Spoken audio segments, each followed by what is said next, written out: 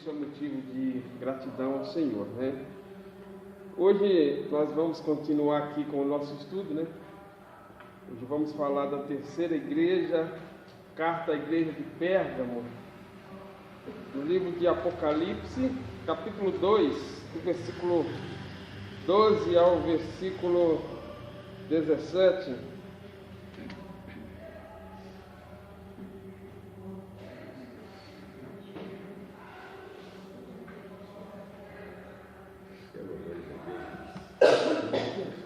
Capítulo 2, versículo 12, diz assim: ao anjo da igreja em Pérgamo escreve: estas coisas diz aquele que tem a espada afiada de 2 gumes. Conheço o lugar em que habitas, onde está o trono de Satanás, e não negaste a minha fé, ainda nos dias de Antipas, a minha testemunha fiel, a qual foi morto entre vós, onde Satanás habita. Tenho todavia contra ti algumas coisas, pois que tens aí os que sustentam a doutrina de Balaão, o qual ensinava a Balaque a armar ciladas diante dos filhos de Israel, para comerem coisas sacrificadas aos ídolos e praticarem a prostituição. Outros sim, também tu tens os que da mesma forma sustentam a doutrina dos nicolaítas. Portanto, arrepende-te, senão venho a ti sem demora. Contra eles pelejarei com a espada da minha boca. Quem tem ouvidos, ouça o que o Espírito diz às igrejas. Ao vencedor dar-lhe-ei do maná escondido, bem como lhe darei uma pedrinha branca, e sobre esta pedrinha é escrito um novo nome, a qual ninguém conhece, exceto aquele que o recebe. Amém? Queridos, é interessante que a gente quer frisar aqui também algo.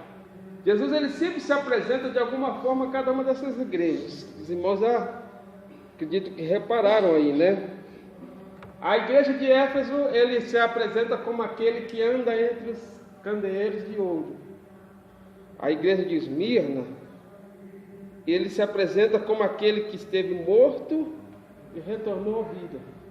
Agora, a igreja de Pérgamo, ele se apresenta como aquele que tem uma espada afiada de 2 fios na sua boca. Interessante que a construção dessa carta, e por que o que tem a espada afiada de 2 fios na sua boca? O final da carta mostra o que Jesus quer dizer com isso. Por que ele se apresenta assim? No final da carta a gente vai ver que ele vai falar assim: olha, se vocês não se arrependerem, eu virei contra esses que estão dentro da minha igreja, que estão tentando contaminar a minha igreja, e vou batalhar com eles com a espada da minha boca. Então por isso ele se apresenta àquela igreja como aquele que tem a espada afiada de 2 fios na sua boca. Interessante que a Bíblia diz que a Bíblia, a palavra de Deus, é como uma espada afiada de 2 fios. E a gente entende pela palavra de Deus que qual é a arma de batalha do crente? A palavra. Quando você me pergunta assim: pastor, o que quer dizer que Jesus vai vir e vai batalhar contra aqueles que não estiverem de acordo com a sua vontade, com a palavra, com a espada de 2 fios? Ele vai batalhar com a palavra. O que significa isso? A Bíblia diz, irmão, que o nosso julgamento será segundo o Evangelho. O julgamento de todos será de acordo com a palavra de Deus.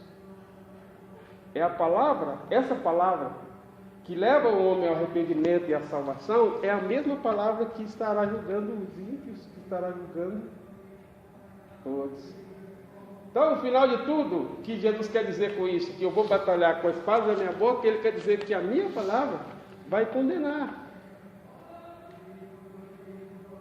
O apóstolo Paulo diz isso, né, pastor?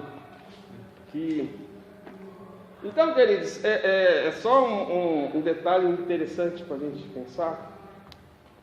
Mas essa carta, irmão, esta igreja, essa carta tem lições interessantes. Só tem o texto aí? Eu só lembrei de João 12:48.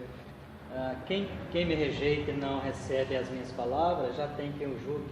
A própria palavra que eu tenho proferido, essa julgará no último dia.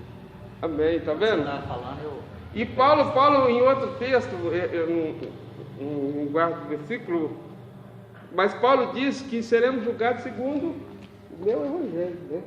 Segundo o evangelho que ele pregava, também nós seremos julgados.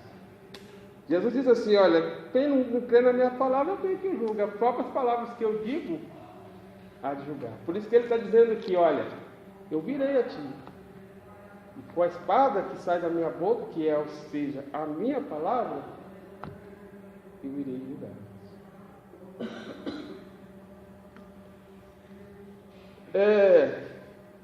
A cidade de Pérgamo, irmãos, é interessante, porque diz que a cidade era a capital da província da Ásia.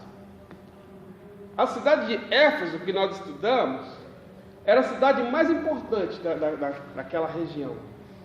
Mas Pérgamo era a capital do estado. Para ilustrar isso aqui, seria semelhante ao Brasil. A capital do estado brasileiro é Brasília. Mas qual é a cidade, a principal cidade do país? A cidade São Paulo é o que dizem o coração do Brasil, né? E é a cidade mais importante industrialmente e é a maior metrópole que...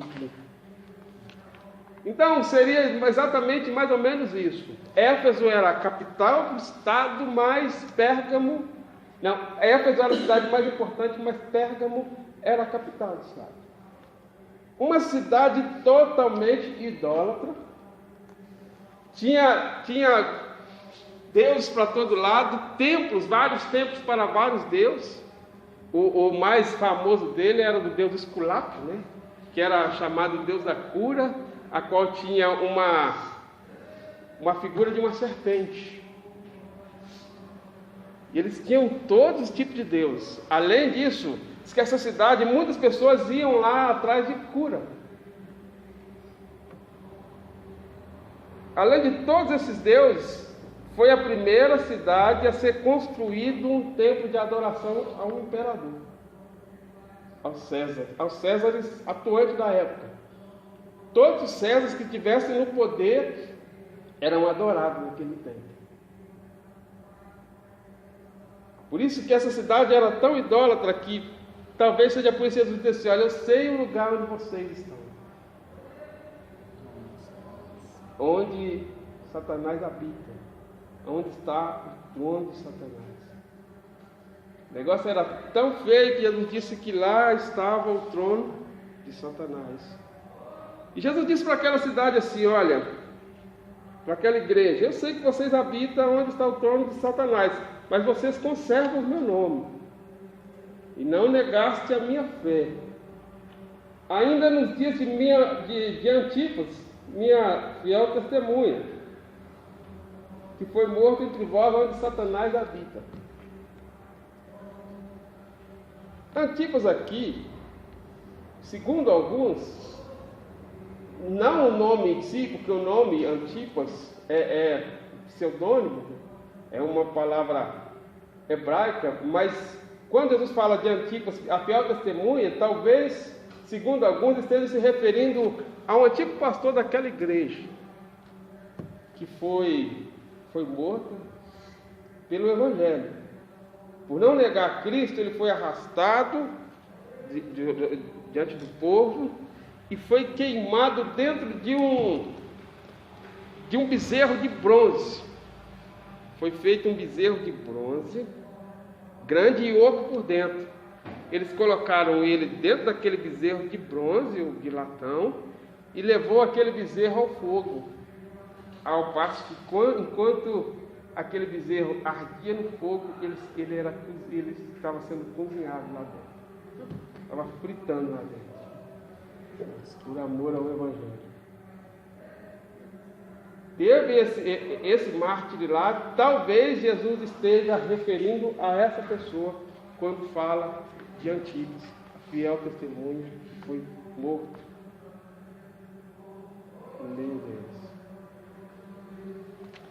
Mas olha que interessante, Jesus continua aqui nesse relato e ele começa a censurar aquela igreja.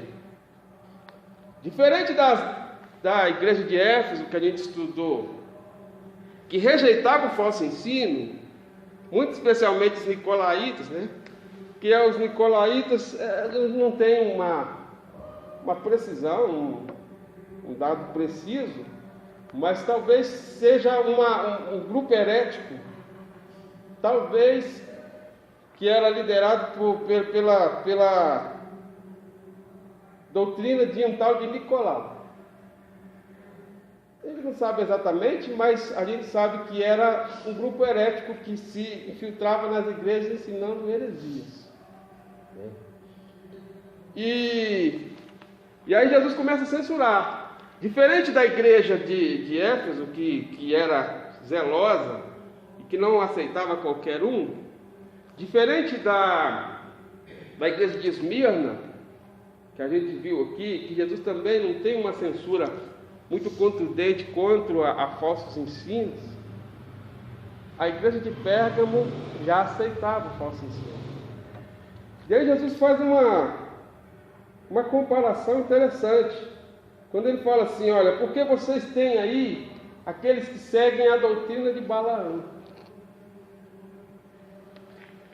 O que significa os que seguem a doutrina de Balaão?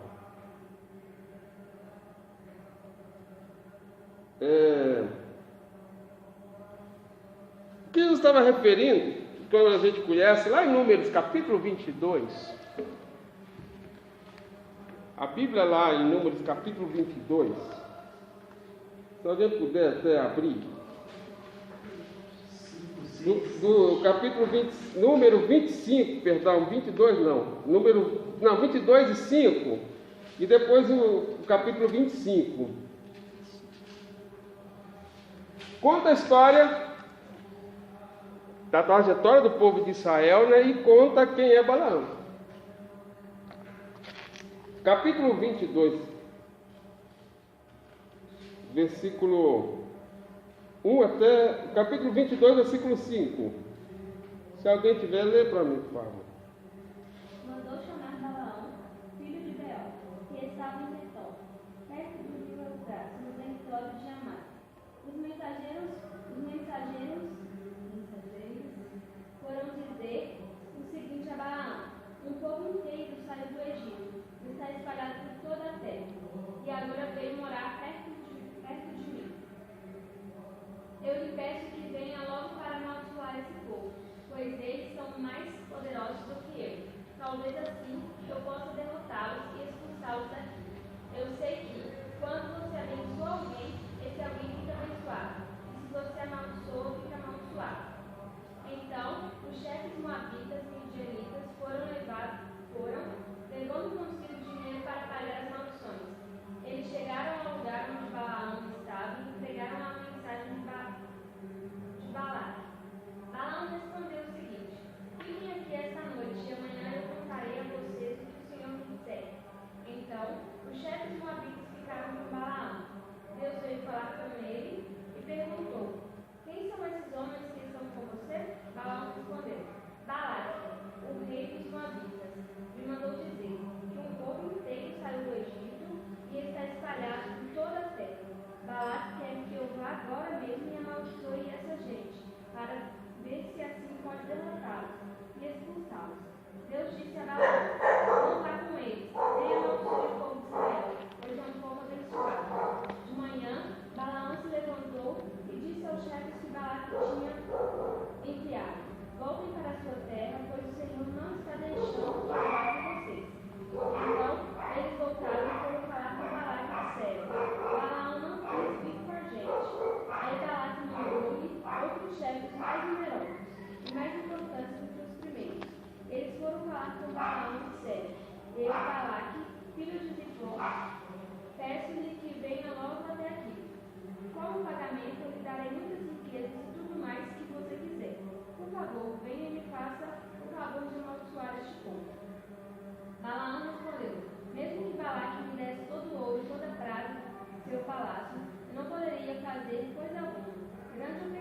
pois que fosse contra as ordens do Senhor, meu Deus. Mas agora peço que vocês também fiquem aqui esta noite, para que eu possa saber se o Senhor tem mais alguma coisa para me dizer. Durante a noite, o Senhor, Deus apareceu a Balaão e disse: já que esses homens vieram chamá-lo, aponte-se e vá com eles, mas faça apenas o que eu disser. Portanto, no dia seguinte, Balaão se aportou, pôs os arreios na sua jumenta e foi com os chefes moabitas. Tá bom. Bom, a história de Balaão é interessante. A Bíblia diz que quando o povo saiu do Egito, Josué era invencível. Por onde eles passavam, eles venciam. Quando ele chegou perto de Balaque tremeu as bases. Falou: olha, saiu um povo muito forte do Egito, e eu não posso vencer. Como que então Balaque disse que pensava em derrotar? Falou: olha, tem que tentar jogar uma praga nesse povo aí, uma maldição, porque na espada não vence eles não. E aí foi-lhe informado de um certo profeta chamado Balaão. Mandou chamar Balaão para que Balaão amaldiçoasse o povo, para que o povo perdesse a batalha. A Bíblia diz que a princípio Balaão recusa, mas depois Deus primeiro fala para ele não ir. Depois Deus diz assim: olha, você vai, mas você fala apenas o que eu te disser. E Balaão foi. E a Bíblia diz que por 3 vezes Balaão se coloca para amaldiçoar o povo, e Deus coloca a palavra de bênção na boca de Balaão. Quando a Balaão abria a boca para amaldiçoar, Deus colocava a palavra de bênção. Segunda tentativa, Balaão abre a boca e Deus coloca a palavra de bênção. Terceira tentativa, da mesma forma, até que Balaão tem que reconhecer e chega para Balaque e diz assim: eu não posso amaldiçoar quem Deus abençoou. Se Deus abençoou, não tem quem pode amaldiçoar. Interessante a gente entender isso, porque eu vejo muito crente com medo de macumba, de olho gordo, de inveja. Queridos, se Deus abençoou, não tem quem amaldiçoa. Aqui é interessante que a gente vai entender o seguinte. A gente vai entender a seguinte coisa: irmão, maldição não pega de crente. Macumba não pega no crente, macumba não destrói crente, olho gordo não destrói crente, palavras de maldição, oração contrária, nada disso destrói crente. Está sobre a bênção de Deus, ninguém amaldiçoa. Só tem uma coisa que destrói a nossa vida, e o que destrói a nossa vida chama pecado. É dentro que nós temos que ter medo. Medo de macumba. Balaão fez de tudo, irmão, mas ele não pode amaldiçoar o povo.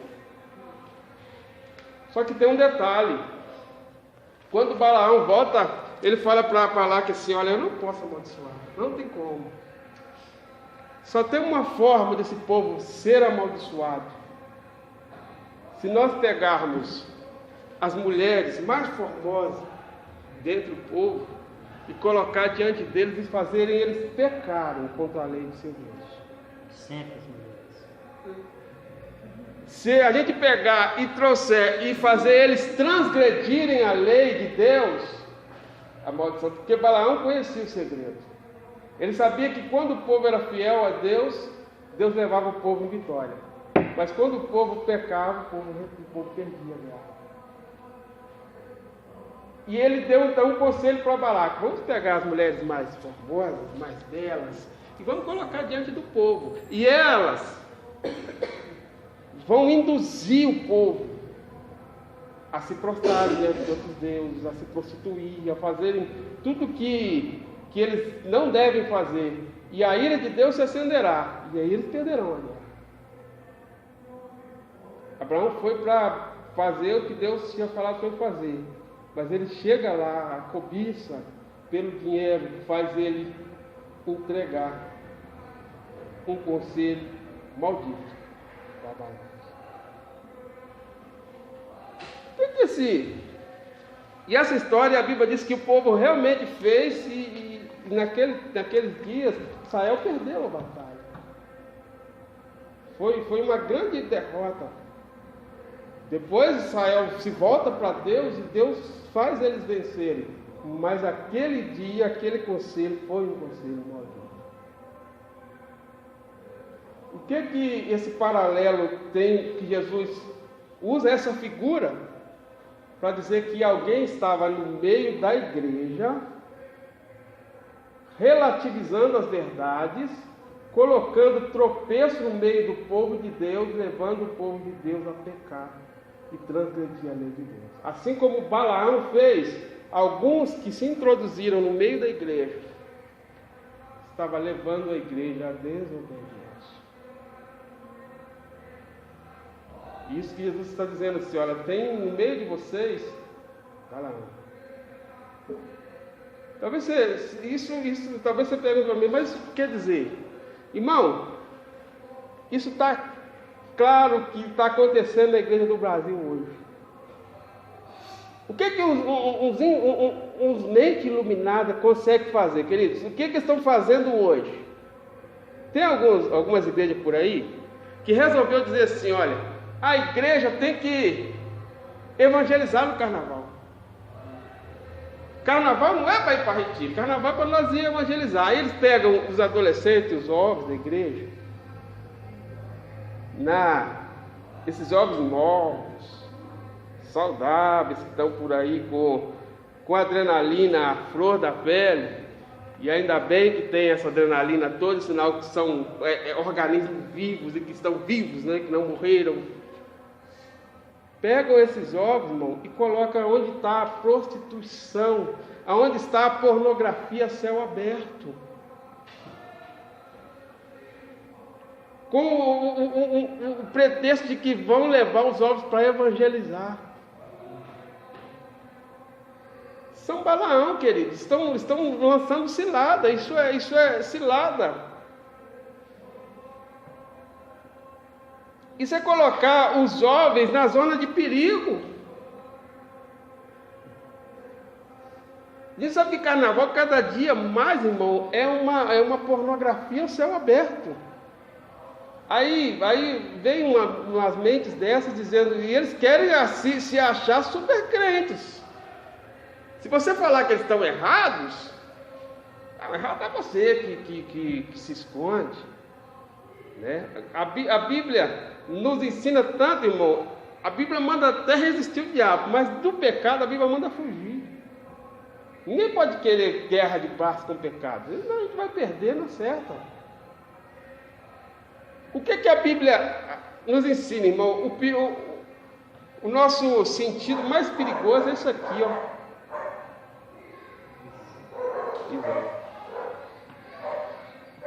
Por isso o salmista lá no Salmo 101, verso 3, ele diz assim, não poreis coisas más diante dos meus olhos. Por isso Jó fez uma aliança com os seus olhos, fiz uma aliança com os meus olhos, de nunca fixar numa virgem para cobiçá-la. Por isso Jesus ele disse assim, se teu olho te fizer pecar, arranque. Melhor entrar caolho no reino do céu do que ser lançado inteiro no inferno. Aí eu pego os jovens, irmãos, e coloco os adolescentes, os jovens da igreja, no meio daquelas mulheres peladas ali. E no falso pretexto de que vamos levar eles para evangelizar e ganhar almas. E isso, irmão, é cilada de Balaão.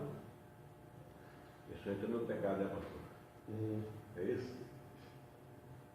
É cilada de Balaão. E outras coisas mais. O que a gente está vendo hoje é vergonhoso. Tem igrejas por aí que dizem assim, nós temos que atrair os jovens. Eles fazem concurso de funk dentro da igreja. Trocam as letras, né? Tiram as pornografias das letras dos funk, põem algumas coisas lá que falam de Jesus, mas os meninos estão de shortinho, dançando e rebolando até o chão, junto com os jovens.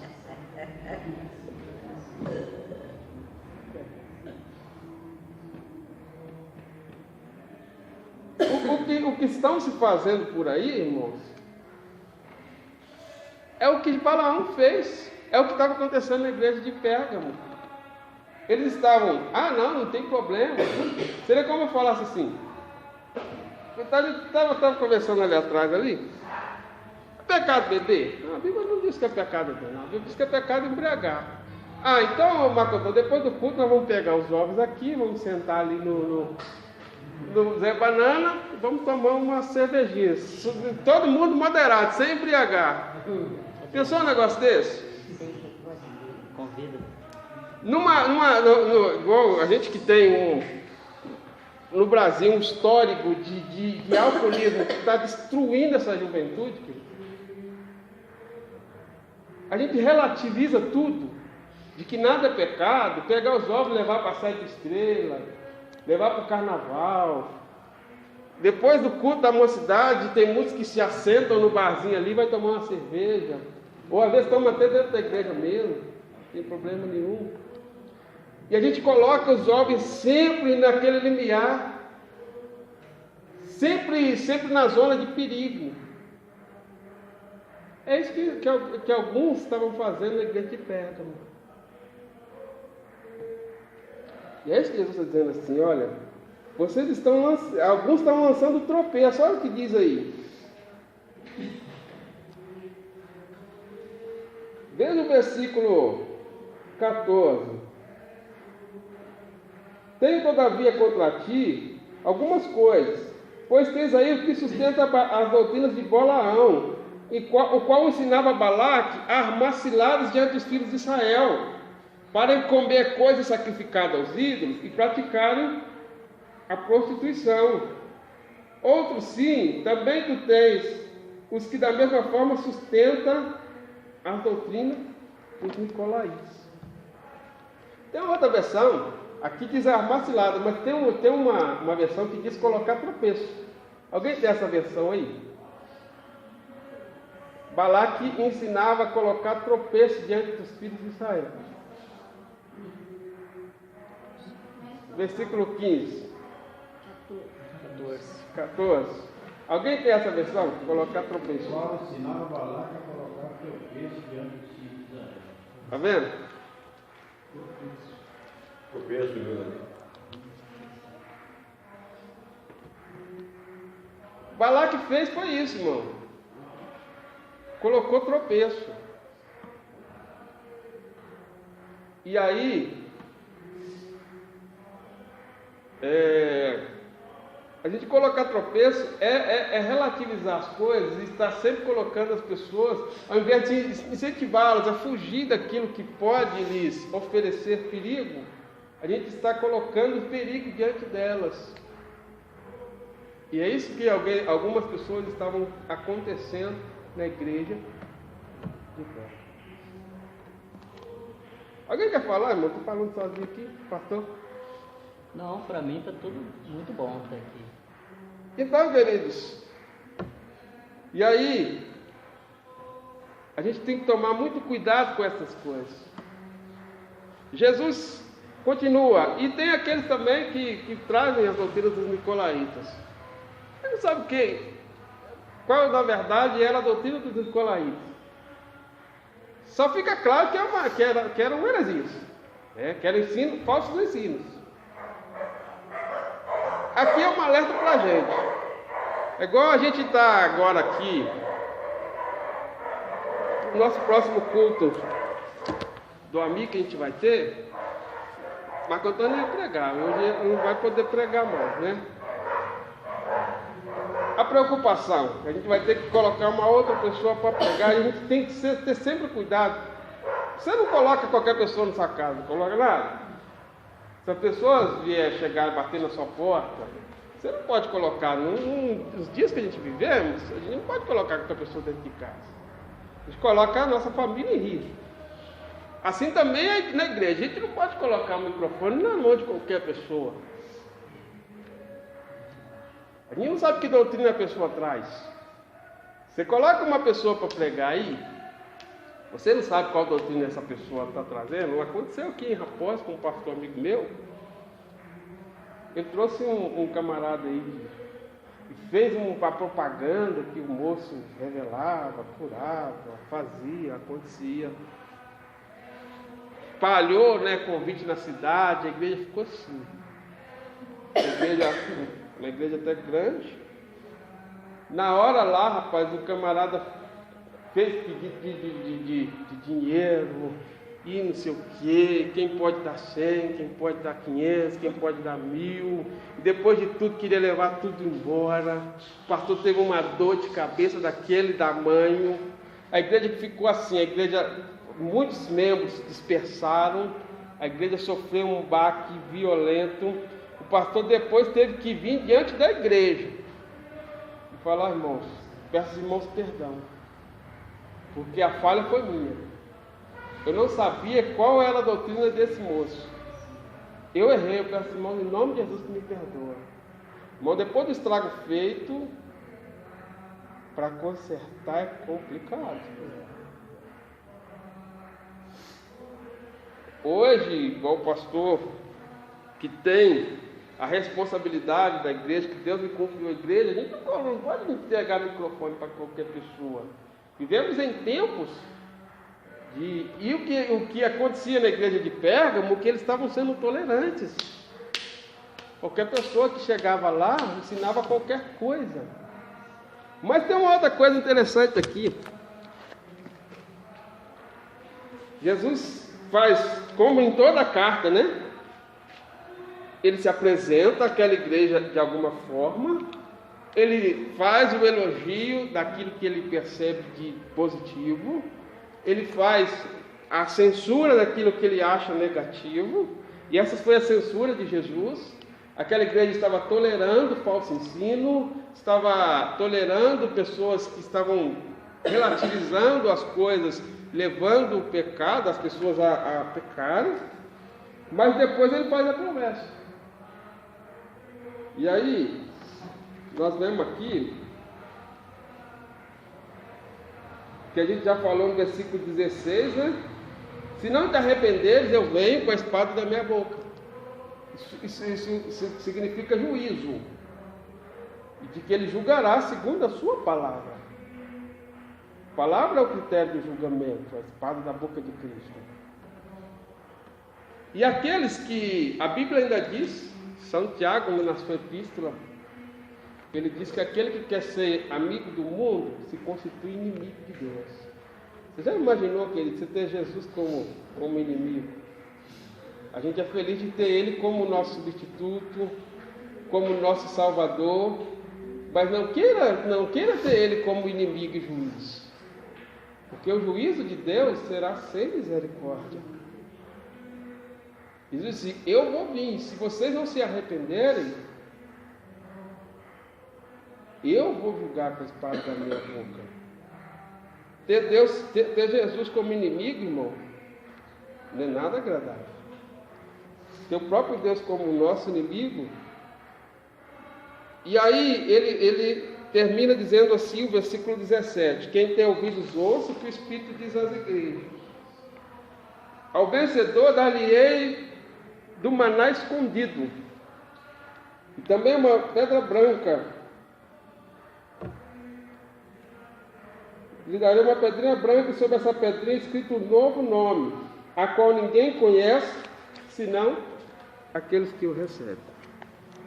O mais interessante das cartas, que a gente precisa também frisar aqui, é que as cartas, elas eram escritas com o cotidiano de muitas daquelas cidades, que para nós parece estranho, porque a gente vive numa cultura diferente, para eles eram comum.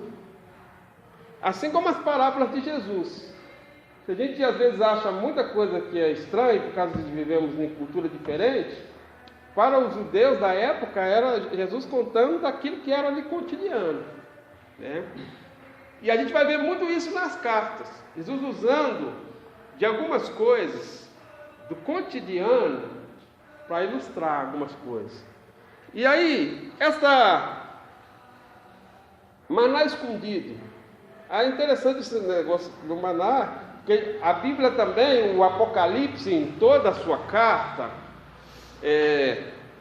ela é de linguagem. A gente já viu aqui que Jesus usa, nessa carta, Jesus usou a figura do Balaão. Na carta da igreja seguinte, Jesus vai usar a figura da Jezabel. Então Jesus usava muita figura para ilustrar o que Jesus também fez muitas vezes quando ele esteve aqui pregando. Quando ele esteve aqui, nós estudamos aqui no último café que a gente teve de manhã, Jesus chama o povo e diz assim: olha, vocês estão vindo aqui porque vocês viram a multiplicação do pão e estão querendo encher a pança de novo. Mas de mim vocês não querem se alimentar. Ele diz assim: mas nosso pai comeu o pão do céu. O maná que Deus dava diariamente ao povo para lhe sustentar no deserto era uma espécie de uns pão. O povo dizia assim para Jesus: mas nossos pais comeram o pão do céu. Os seus pais comeram maná e morreram. Mas eu sou o verdadeiro pão do céu. Quem de mim se alimenta não tem fome. Quem de mim se alimenta não vai morrer, mas tem a vida eterna. Os vossos pais comeram e morreram, mas se vocês comerem de mim, vocês vão ter vida. Então o que Jesus está dizendo para essa igreja é o mesmo discurso que ele já tinha dito. Aquele que vencer se alimentará de mim. Essa é uma das aplicações. A gente, claro, tem outros conceitos e outras aplicações, né? Mas Jesus está dizendo dele: se alimentará de mim. Ele já muitas vezes se proclamou, se autoproclamou como o alimento, como o pão do Senhor, e alimento. Nós vamos ver mais tarde, lá no final do Apocalipse, que a Bíblia diz que o povo comia da árvore, que era a saúde para as nações. Cristo é o alimento que ele está se dizendo para esta igreja.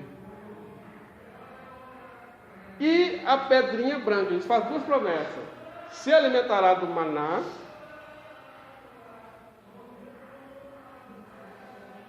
um maná escondido, e lhe darei uma pedrinha branca. Dessa pedrinha branca, irmãos, a gente tem algumas outras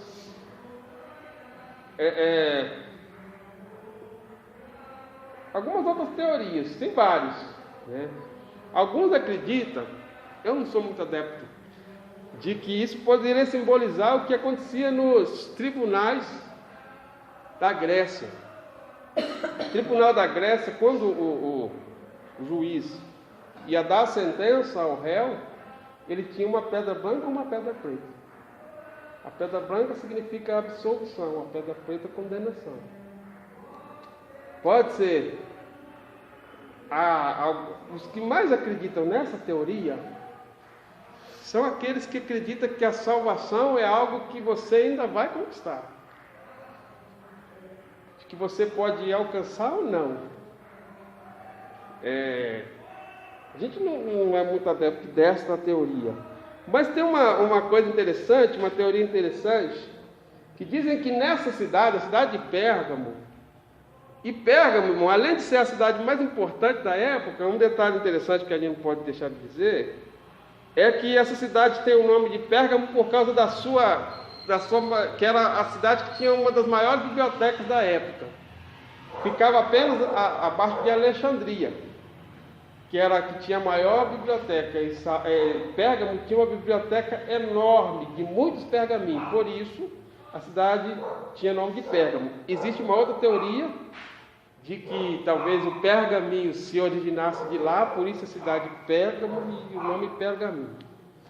A gente não sabe qual a mais aceitar, mas enfim, esses são só detalhes.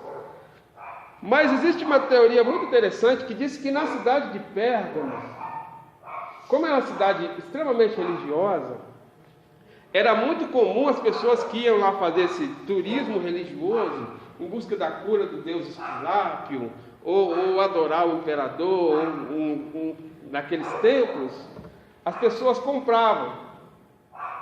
As pessoas faziam uma pedrinha branca, como esses artesãos que ficam na rua aí, colocavam o nome da pessoa e dava aquela pessoa para usar aquela pedrinha branca com o seu nome, como se fosse um amuleto, um pingente.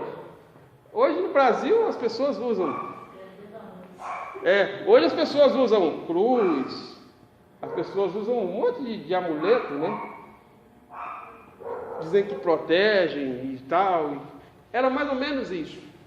Eles diziam que aquela pedrinha branca com o nome tinha alguma coisa que protegeria aquela pessoa. Então Jesus, sabendo que naquela cidade se existia essa cultura, Jesus disse para aquela igreja assim: olha, eu vou dar a vocês uma pedrinha branca.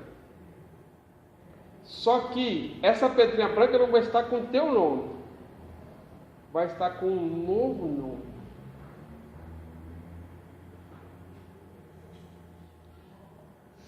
Por que um novo nome? E a Bíblia diz que ninguém conhece senão aquele que o recebe.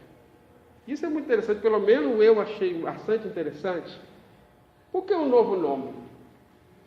Porque, irmão, a gente sabe que existe, em toda a Bíblia Sagrada, sempre que existe transformação, existe na Bíblia Sagrada mudança de nome. Porque o nome está atrelado, né? Para os judeus isso era muito comum, o nome está atrelado à pessoa. Por exemplo, Jabes. Jabes significa dor. Por exemplo, Jacó. Já preguei aqui sobre Jacó. Nabal, loucura, né?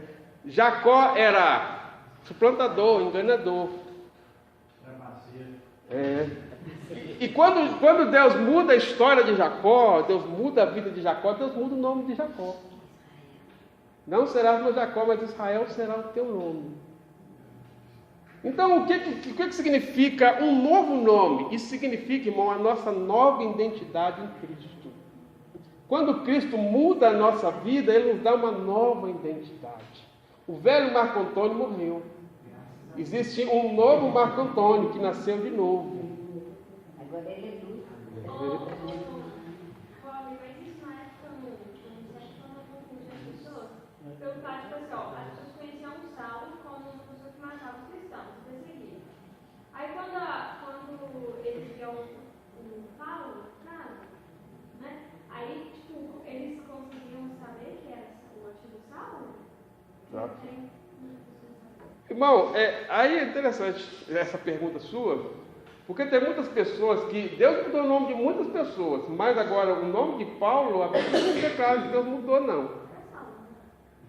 Mas o Saulo e Paulo, porque não tem na Bíblia claramente assim, Deus mudando o nome dele, como aconteceu com Jacó. Saulo e Paulo eram o mesmo nome em línguas diferentes, no hebraico e no grego. Por que virou Saulo? Porque foi para a Grécia. É a mesma coisa de John e João. O John que se fala no inglês é o mesmo João que a gente fala aqui em português. Então, Saulo e Paulo eram o mesmo nome, só que em língua diferente. A Bíblia não declara que Deus trocou o nome de Saulo para Paulo. Não tem especificamente na Bíblia assim, Deus trocando o nome dele, né? Então, alguns acreditam que Paulo e Saulo é o mesmo nome em línguas diferentes. Tem até um lugar que ele chegou lá que as pessoas queriam matar ele, por causa do que ele tinha feito no passado. Então, não, e outra coisa, ele mesmo, muitas vezes dizia, olha, eu muitas vezes persegui a igreja de Deus, fiz isso, fiz aquilo, e ele mesmo testemunhava. Tudo isso fiz na minha ignorância. Então Paulo nunca quis esconder do que ele fez, não. Isso era até testemunho para ele, que ele dizia, igual disse para Timóteo, capítulo 1, versículo 15, que Jesus veio ao mundo para salvar os pecadores, do qual eu sou o principal. Então, 2 Coríntios 5,17 tem a ver com a sua explanação, né? Se alguém está em Cristo, nova criatura é. As obras de Paulo, de Saulo, seguia ele, então a evidência estava mais nas obras do que propriamente no nome, né? Mas o novo nome, irmão, significa nova identidade. Quando Deus trocou a vida de Jacó, Ele mudou o seu nome. Então, quando Deus trocou a nossa vida, quando Deus mudou a nossa vida, Ele nos deu uma nova identidade em nós.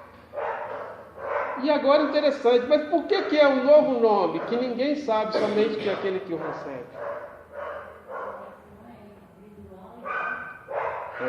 Isso quer dizer, irmão, do caráter pessoal que existe na conversão. Existe algo pessoal na nossa vida com Deus. O que significa isso, irmão? O apóstolo São João, ele diz que o Espírito Santo testifica com o nosso espírito. Então existe uma testificação pessoal em cada crente. Todas as pessoas que são crentes, que têm uma nova identidade em Cristo, eles sabem o que é. Por isso que eu costumo dizer para muitas pessoas assim: você sente que você é salvo? Alguma coisa dentro de você grita que você é nova criatura, que você é uma nova pessoa em Cristo? Se não, irmão, isso é uma coisa que está errada. Tem uma coisa muito pessoal, e particular e íntima na nossa vida, que o Espírito Santo de Deus testifica conosco. Por isso que Jesus disse que aquele que tem sabe, aquele que é salvo sabe que é, porque o Espírito testifica no nosso interior. Isso o pastor não pode dizer quem é ou quem não é. Eu não posso dizer quem é e quem não é. Só quem recebe o nome sabe. Amém.